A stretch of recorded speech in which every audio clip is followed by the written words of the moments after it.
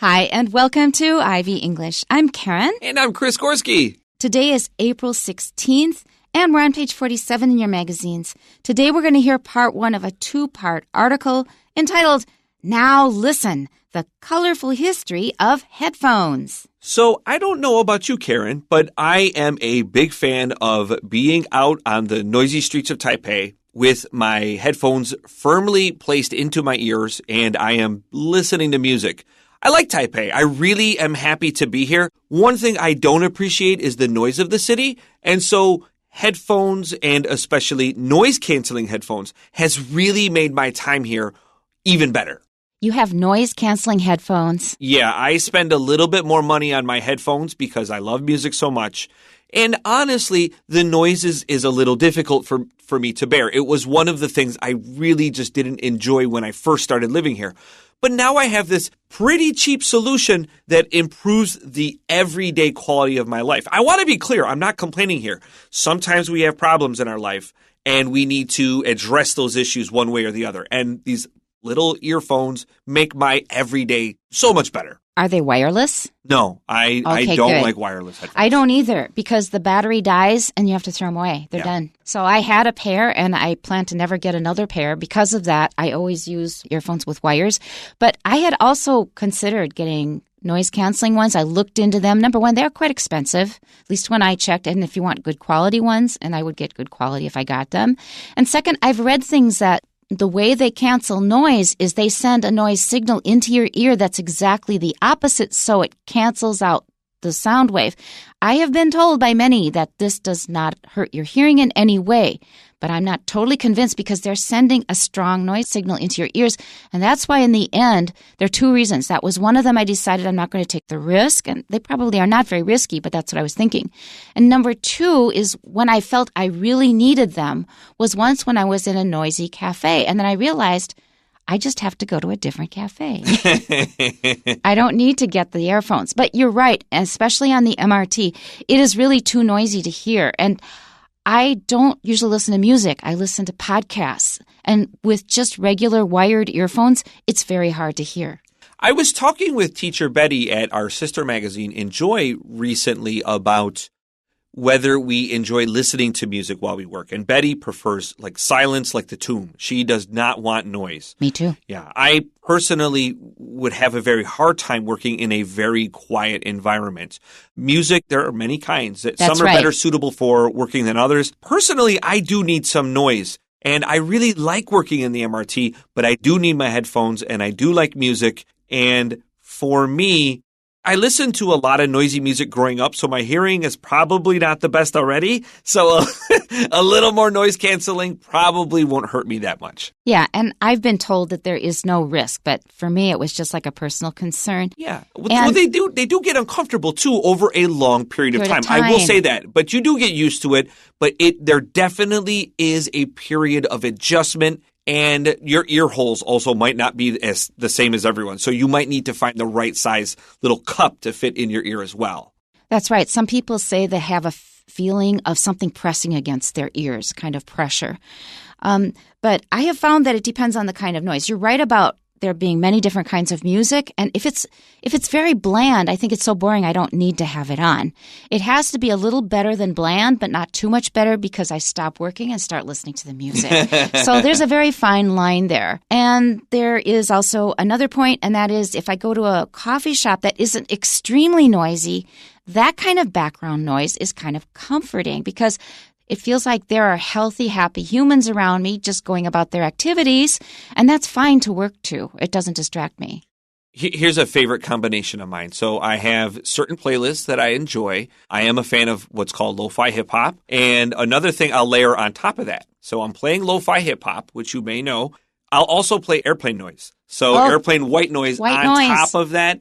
So it creates that thrum of that sound. That's right. Yeah. Plus that little soothing beep they give in the airplane. Plus the nice beat. For me, I get into such a groove. I'm just so happy to work to that. Just go for 3-4 hours. That is so interesting. Okay, we're going to find out now about the process of inventing these things that make all of this possible. So we're going to be talking about headphones. Here is paragraph 1 of Now Listen, The Colorful History of Headphones. The story of personal audio equipment begins in the late 1800s, shortly after the invention of the telephone and the loudspeaker. Businessmen recognized that with these technologies, live music could be shared with people far away from a concert hall. However, loudspeakers in public places can be an annoyance, which is still the case today. This problem led to the invention of the electrophone system by a British company.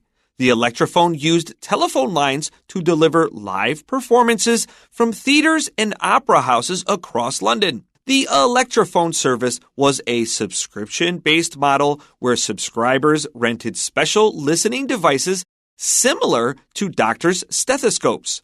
They were made up of two earpieces which connect together below the chin. Since the service provided a novel form of entertainment, it was popular among the wealthy at the time. The next breakthrough was made by an American inventor named Nathaniel Baldwin in 1910. He invented a prototype telephone headphone in his kitchen. The headphone consists of two speakers connected by a band. Such a design is similar to the headphones we are familiar with today. After several tests and adjustments, this device was put into use in the U.S. Navy.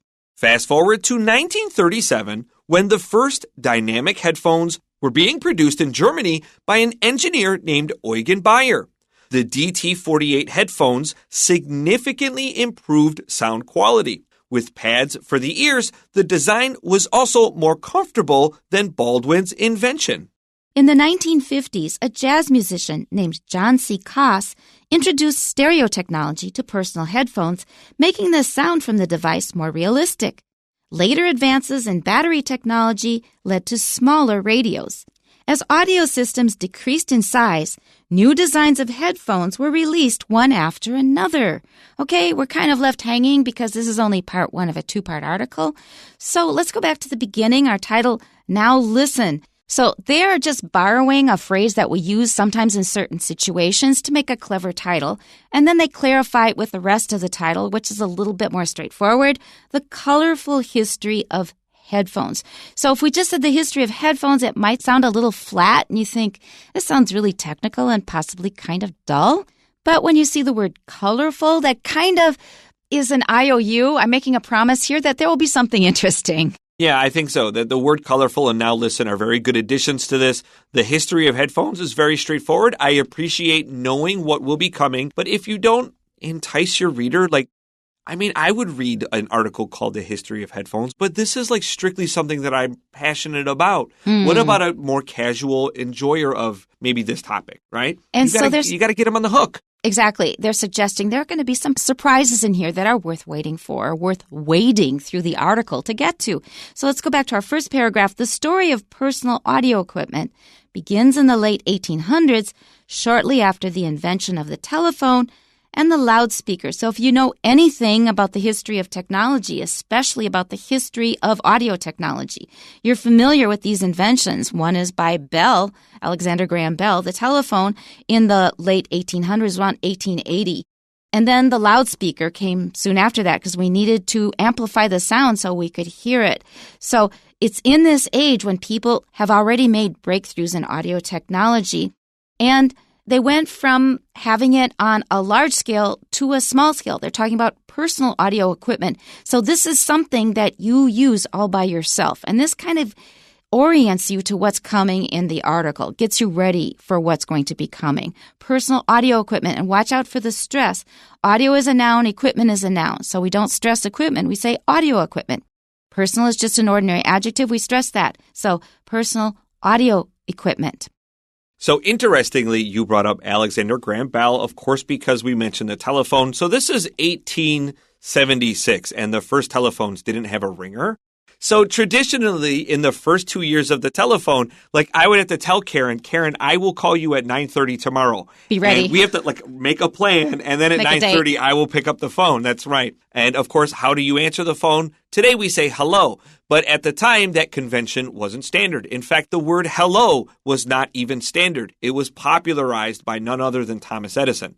Now, let's be clear. Thomas Edison did not invent the word hello. That word actually only goes back to 1827, which blows my mind every time I think about it. Okay, next sentence. Businessmen recognized that with these technologies, live music could be shared with people far away from a concert hall.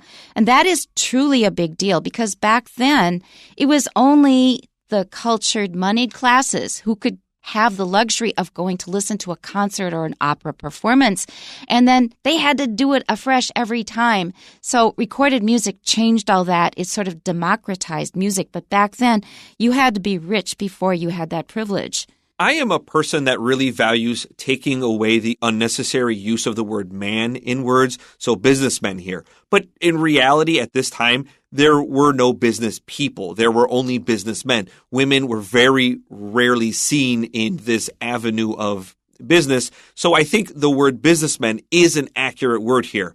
But generally speaking, if we can remove this unnecessary gender, I'm personally for that. People have generally switched to the plural here. So everyone must finish his business. And generally, we might say that everyone might finish their business. Neither he nor she. This there is actually a singular. As a matter of fact, this is really quite ancient. It's very old. It's very old. We have this in Shakespearean plays. So it's just something that we more commonly emphasize today. A lot of people complain about it. It's the grammar mavens, sometimes called the grammar Nazis. But in fact, it's a perfectly fine usage. And when you're worried about it, just use there. It's okay. All right. So the big thing here is that things that previously only very privileged people could have access to, now other people can benefit from them as well. So our last sentence of the paragraph, however, loudspeakers in public places can be an annoyance, which is still the case today. Tell me about it. Oh, my goodness. Isn't that like the understatement of the year? It sure is. I love listening to music. I love sharing music with people. But man, I do not need to hear your music in this public space. Your music is the key word because tastes in music differ so much. So don't impose your music tastes on other people. All right, we're going to move on to the next paragraph. This problem led to the invention of the electrophone system by a British company. We don't know what the electrophone is yet, but we will define it in our next sentence. The electrophone used telephone lines to deliver live performances from theaters and opera houses across London. Now, that is the amazing part. Like I said, these were previously only available to very privileged classes, and now they're going to let other people have access. They still have to have money, but at least more people can enjoy them. Recorded music was very brittle. It was not good quality. It was not useful. Yeah. The electrophone service was a subscription-based model where subscribers rented special listening devices similar to doctors' stethoscopes. And I think that's a great description because we can imagine it right away. I agree. This is a very clear description. Stethoscope, of course, that's the thing the doctor listens to your chest with. Stetho is actually the Greek word for chest, so this is a really clear word. It is similar to the earphones that we're wearing now. Yeah, I agree. Yeah, it works very similarly. Let's continue. They were made up of two earpieces which connect together below the chin. Okay, and that makes it even clearer. So they've got this connection below the chin. It's just like the wired earphones that I use in the morning. Since the service provided a novel form of entertainment, it was popular among the wealthy at the time. So, like I said, even though this service is now available to more people who don't actually go to the concert hall or the opera hall, you still had to have money to pay for it. Okay, our next line, or our next paragraph. The next breakthrough was made by an American inventor named Nathaniel Baldwin in 1910. This guy invented a lot of stuff, but we're only going to talk about his headphones today.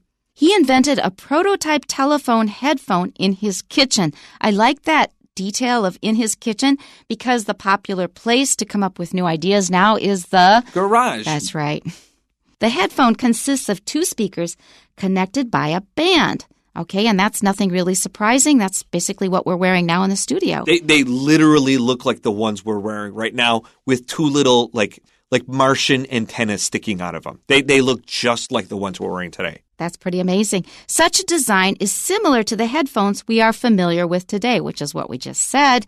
And after several tests and adjustments, this device was put into use in the U.S. Navy, which reminds us that many innovations in all fields, even farming, food technology, packaging, all kinds of things, the reason that we came up with these innovations was because of needs of the military. Excellent point. Let's continue to our next paragraph. Fast forward to 1937, when the first dynamic headphones were being produced in Germany by an engineer named Eugen Bayer. Okay, so notice the pronunciation of that name, Eugen Bayer. That's the German pronunciation of his name. So because they are talking about the year 1937 and they also mention Germany, this has put my head right into World War II. So dynamic headphones just use magnets. They produce a lot cleaner sound because there's less friction between the components. Oh, I'm so glad you told me that because when I saw it, I really wasn't sure. All right, let's continue. The DT48 headphones significantly improved sound quality. That's interesting. There was constant improvements in sound quality. And I remember when I was really young, that was in the 60s, stereo was still pretty new. And they were saying how much better it is because you have a different track in each ear. And I compared mono and stereo and I thought, I don't hear a big difference. Really? No. For me, I was listening to a song last night, just marveling at the placement in the mix. I was just like, in the layers, visually I can see where it was placed in the mix. I was just like, this is the perfect song to listen to for this article because I could really appreciate the technology placed that allowed me to enjoy the song. I feel that too with the modern technology, but with the technology of the 60s, Sure. Mono and stereo to my ears as maybe an 8-year-old, we're not very different. Let's continue with pads for the ears. The design was also more comfortable than Baldwin's invention. And that's an important point because you mentioned earlier, sometimes earphones can get uncomfortable after a while. And this may help if they are well designed. But you have to buy earphones very carefully because people's ears are all a bit different. You have to get something that works for you. Our last paragraph, in the 1950s, a jazz musician named John C. Koss introduced stereo technology to personal headphones, making the sound from the device more realistic. Now, as I've just mentioned, as a kid, I could not hear a big difference, but with modern technology, with the placement of microphones in different parts of the room or the studio, and then mixing, when you actually mix the final product, it does make a big difference. You can hear sound coming from different directions. Yeah, sometimes I will listen to favorite tracks and I will focus on just one instrument. I want to hear how this instrument evolves across this song, and I want to see how it's placed. And maybe a similar musician across many records. How is their playing evolved? And it's just such an enjoyment to listen to that one instrument, focus on the layers. I think you've just made a lot of audio engineers very happy. Yeah. Because I'm afraid that they sometimes think they're not appreciated. They just appreciate the song. They don't know all the work that went into making it so impressive. I think so. Later advances in battery technology led to smaller radios. As audio systems decreased in size, new designs of headphones were released one after another. And that's where we're left today. And I think in recent years and recent decades with smaller devices and everything, and people are trying to come up with more and more sophisticated and attractive listening technology so that we will buy their product and change our original one for a new one. I think that's even more relevant now because they're still constantly evolving. I think tomorrow's going to be a really interesting article. So we looked at the origins of headphones and personal audio equipment, and tomorrow's like a big day of hot takes. Like we got hot takes coming out everywhere because we're talking about modern audio technology. And I think this is more controversial than a lot of people realize. Tune in then. We'll see you then. Bye-bye. Bye-bye.